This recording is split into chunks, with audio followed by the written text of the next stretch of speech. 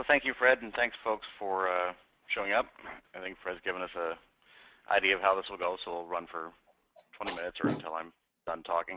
And if there's any questions, we can talk about that, those things as well. So you can put those in the chat box. You can raise your hand. There's a little hand raise feature on the GoToMeeting gadget. So what do we mean by situational awareness? And where are we in all of this? These are some of the issues we're going to try to answer in the conversation today. So when we're talking about situational awareness in this context, in today's context, and how we're looking at this, we mean it pervasively, everywhere. So inside of the organizations, do we know what's going on? Do we have a good understanding? And we'll talk through what are some of those components. But also across sectors. Do we know what's going on in banking? Do we know what's going on in the electric sector, the water sector, and so forth? Can we tell the nation what situation we're in and what situation we're embedded in globally? And of course, at the end of the day, the ultimate awareness is internationally. We of course talk about these things amongst ourselves in the industry and our various communities. We talk about them globally in the news media and so forth. What are we doing? What is China or Russia or other organizations, other nation states doing? So situational awareness today means all of these things. But we need to break that down a little bit further if we're going to do anything useful about it. So one way to think about it is like this. There's a couple different types of awareness that we need to develop. The one is at the technical level. Do we even know the devices we have? Do we know how they talk to each other? Do we have an understanding? Are we driving a train and we don't even know how many cars there are and what the track looks like and so forth? Or do we understand what it is we're operating? Environmental awareness. Can we see what's going on around us? I guess sticking to that train analogy, we're looking forward to see if there's actual tracks or bridges and so forth. Do we know that there's a volcano, next to the track up ahead? Can we see what's going on in the environment that we're embedded in? And lastly, organizationally, do we understand what choices we need to make, to run this railroad, or some other analogy? Can we understand ourselves well enough to make rational choices, do the right things, have the right people in the right places, and keep the train on the rails? So looking into some of these, technical awareness, we've really done very well. We understand this issue endemically now. I think across most parts of our broad community and the community we serve. I personally spend a lot of time thinking about the industrial side of things, and this may not be as much so in that space, but it's coming along. But certainly the tools exist. We know what sensors look like. We know all about the telemetry we can get from the technical infrastructure we create, whether that's syslog or NetFlow or IDS alerts. We know where that information comes from. We know how to correlate it and put it together. The advances in SIM, in security information and event management over the last 10 and 20 years have gotten relatively mature. Most organizations in the IT world have experience with SIM.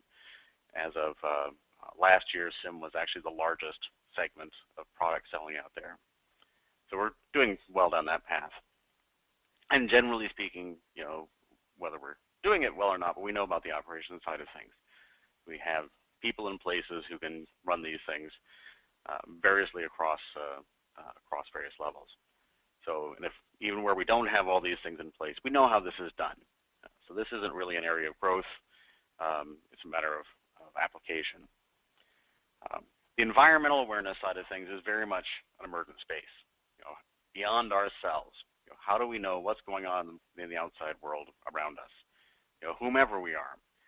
And this structure we'll spend a few minutes talking about has been emerging for a long, long time.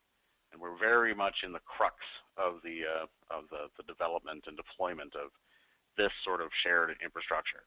Because if you're a bank, all you can really know by your own efforts are what's going inside your own organization. You have to work with other banks. And banking, as in all other cases in information protection, is relatively advanced in this, more so than most other sectors, for the classic reasons, of course, that that's where the money is, so that's where the pressure from people who like to penetrate and compromise information systems has been for a long, long time. But we see this spreading sector to sector, various levels, public and private, so that this shape of a shared environmental awareness system is really now in place. And we'll talk about some of the details of that. But the ability to plug into that and what we need to do as individual organizations has gotten very clear in recent years. So we have things like STIX, for example. The structured taxonomy for information exchange has arisen over a number of years.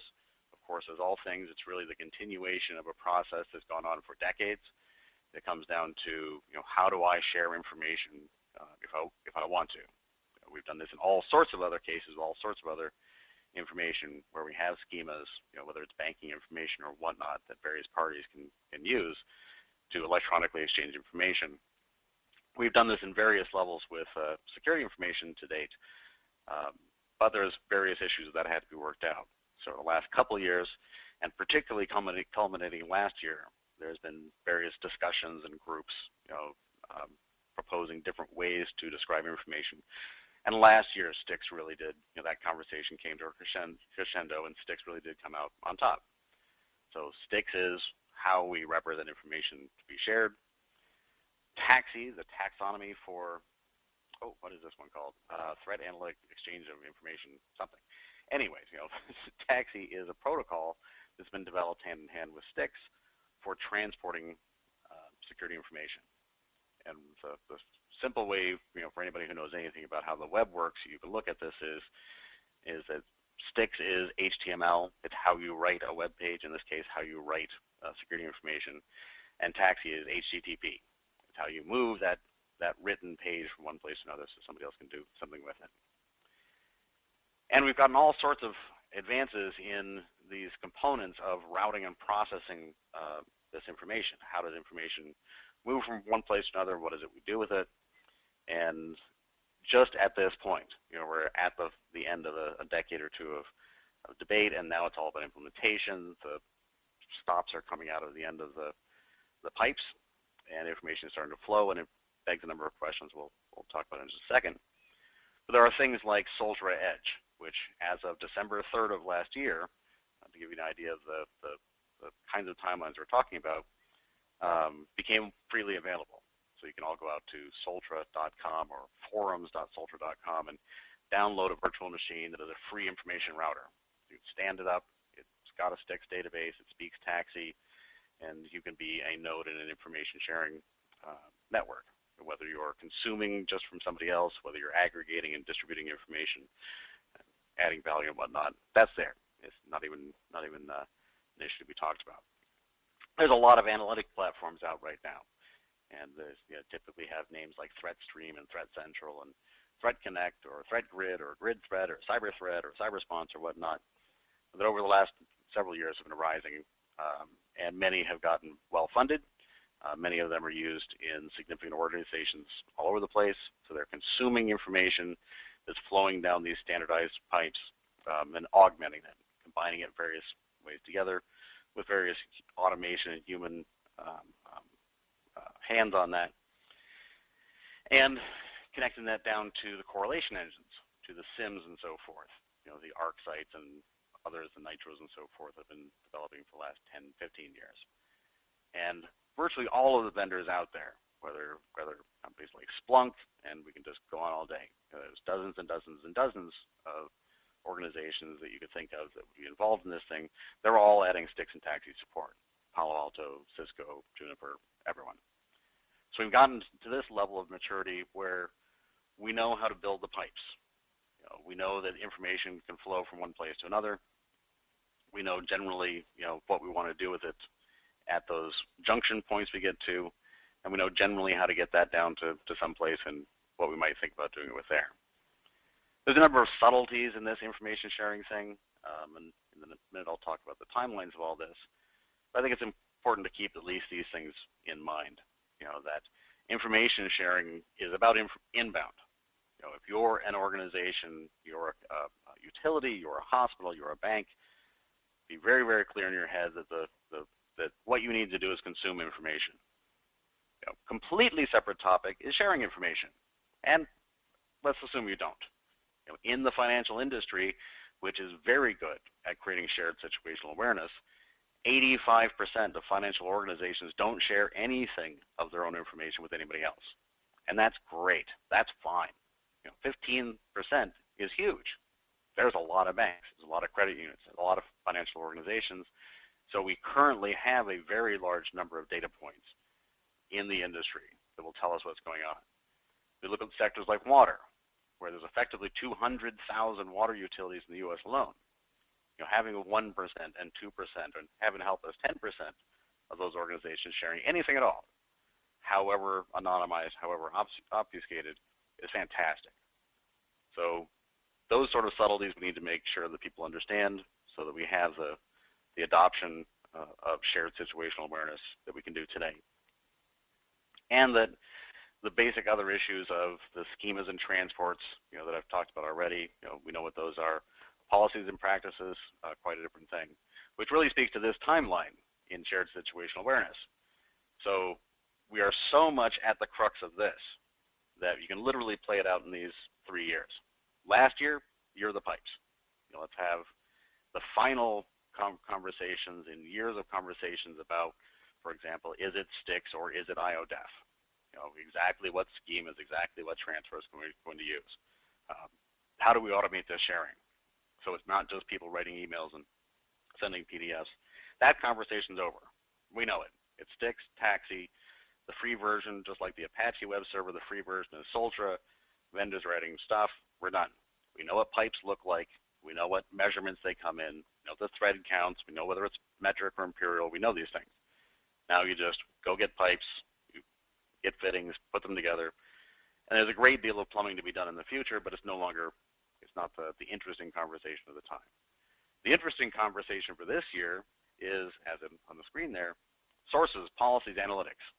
And as recently as last week, as one example, in a confidential sharing environment that the U.S. government holds for private sector entities, a very advanced organization was asking exactly these questions, which should tell us, this is where people are thinking right now. And of course, with our work, as Fearless Security, and the other hats that Fred and I and our peers wear, we see this all the time. Knowing now how to move information back and forth brings us to the where do I get this information from? And there's answers to that, but we haven't all worked through that. And that's one of the big topics this year, one of the big conversations. More importantly, who do I give my information to? So, and how do I give it to them and make sure that it doesn't go to someone else I don't want to? And how do I implement those policies? So this is a huge issue. How do I implement those policies and how do I actually make that information? I get two different sources, the analytic platforms. One of my hats is as chair of a nonprofit, the Industrial Control System, ISAC, and to give you a sense of where we are with analytics, we have multiple analytic platforms we provide for the members of that organization now, because that hasn't all worked out. But we know that analytics is important. We're not exactly sure, how the structures, the common structure is going to be put in place for analyzing and augmenting and turning that information into knowledge that's applied. The shapes are obvious.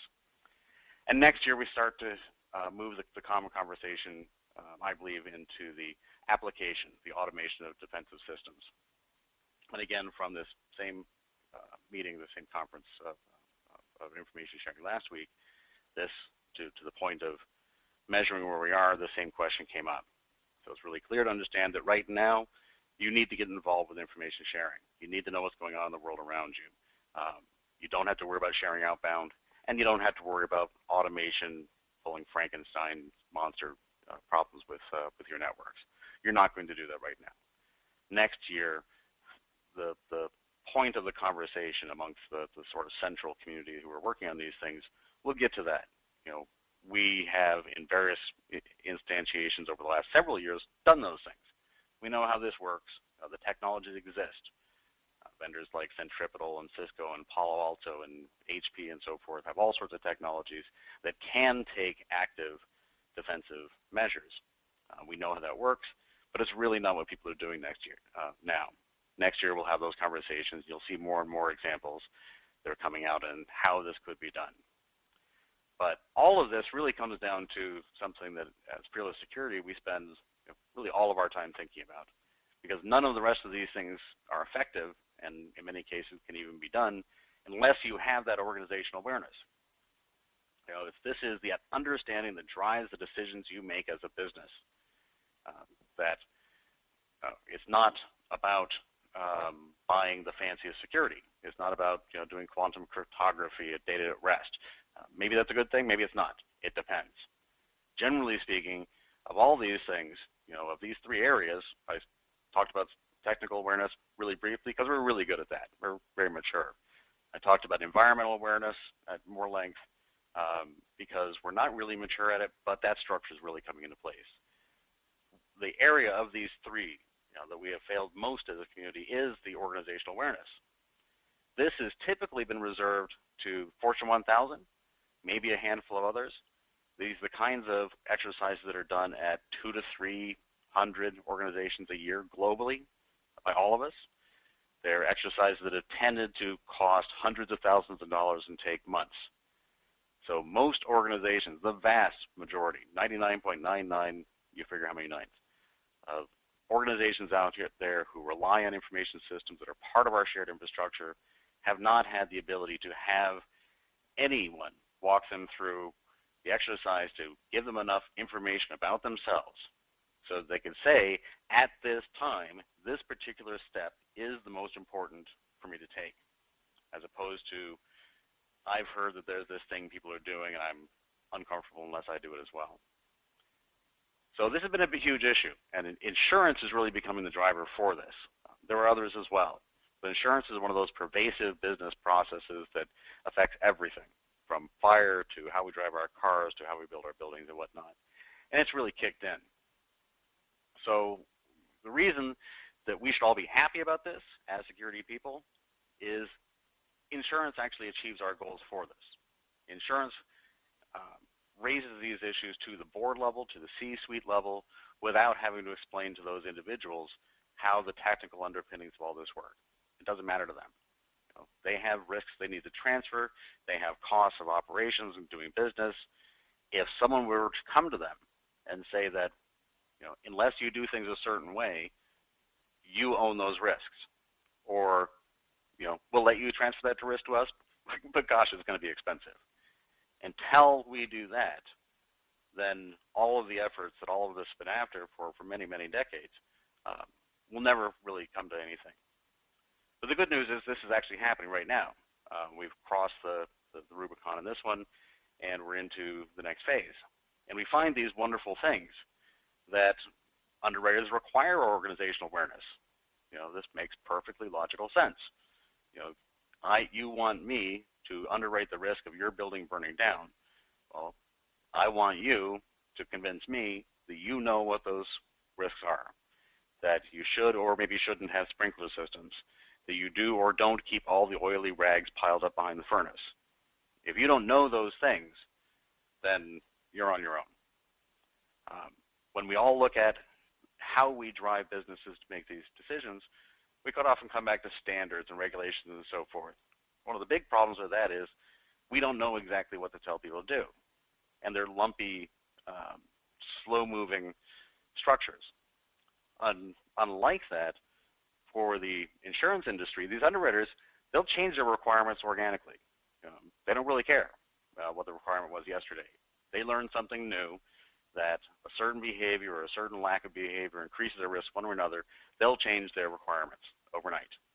So they'll adapt. And again, we've seen this over and over and over again with every other area of security.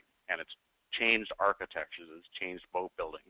It changes the requirements to keep assets safe from all sorts of other risks, exactly as it will with cyber.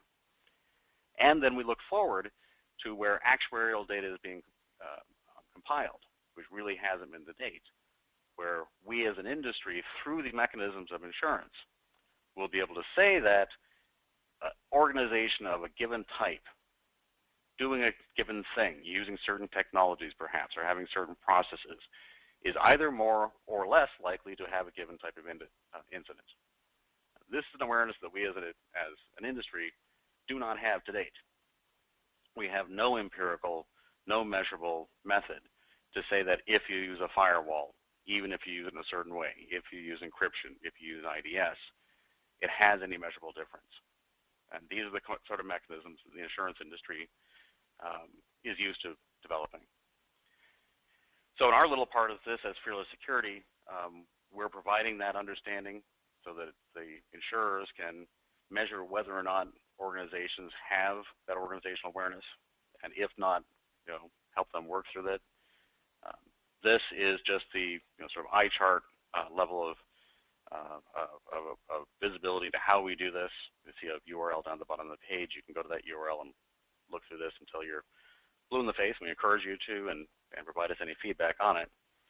But this is the level of detail. When you compare to understand how much things are changing, as of early last year, if you wanted cyber insurance, you had a one-page checklist that said things like, do you have a firewall? And they would actually give you insurance.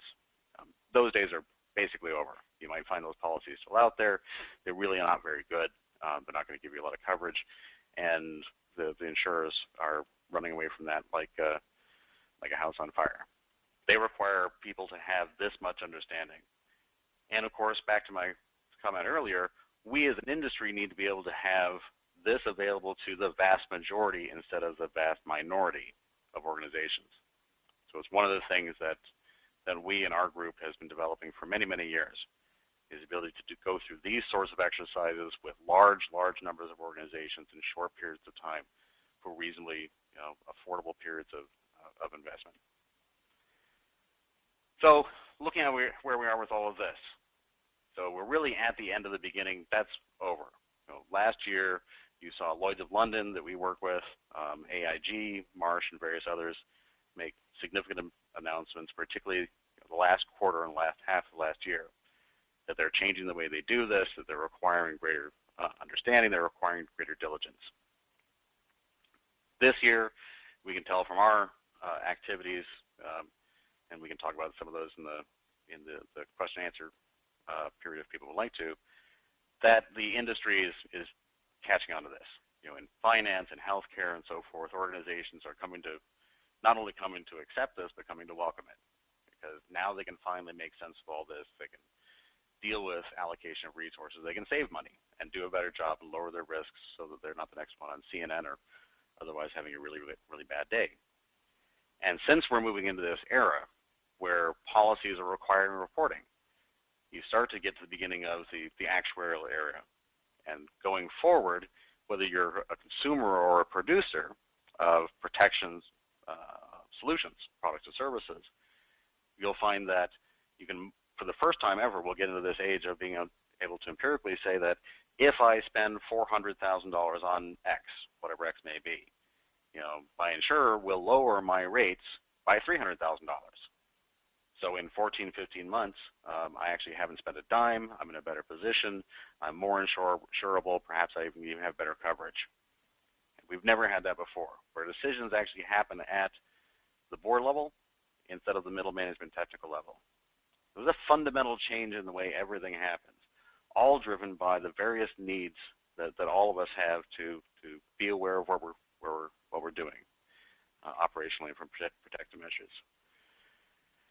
So at a functional level, really we end up with systems that look like this, where in various ways we're all connected to each other, where information flows from various sources into various aggregation points, down perhaps to service providers in many cases because we have very, very large numbers of entities and endpoints we've dealt with, most of whom don't have all this expertise, and that's fine.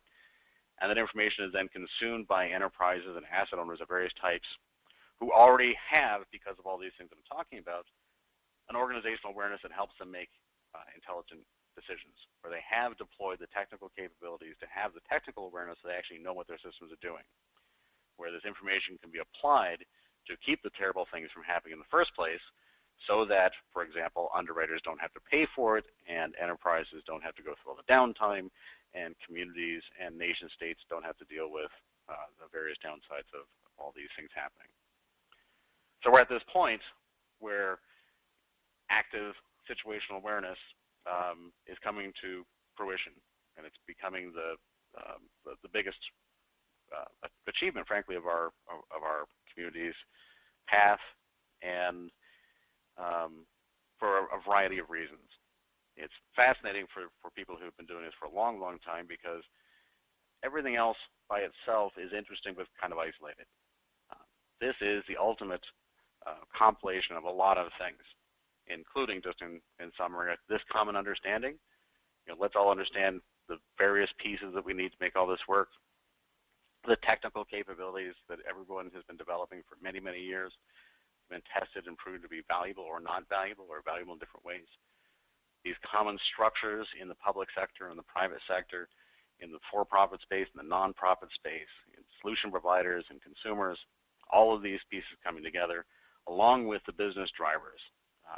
Again, primarily today being driven by the insurance industry, and those changes are all coming into place, to not only make it possible to have situational awareness and active ongoing situational awareness, but really to make it in almost all cases a fundamental requirement. So with that, we will end the recording here, open up to any questions anyone has. So thank you, Chris, for that outstanding presentation.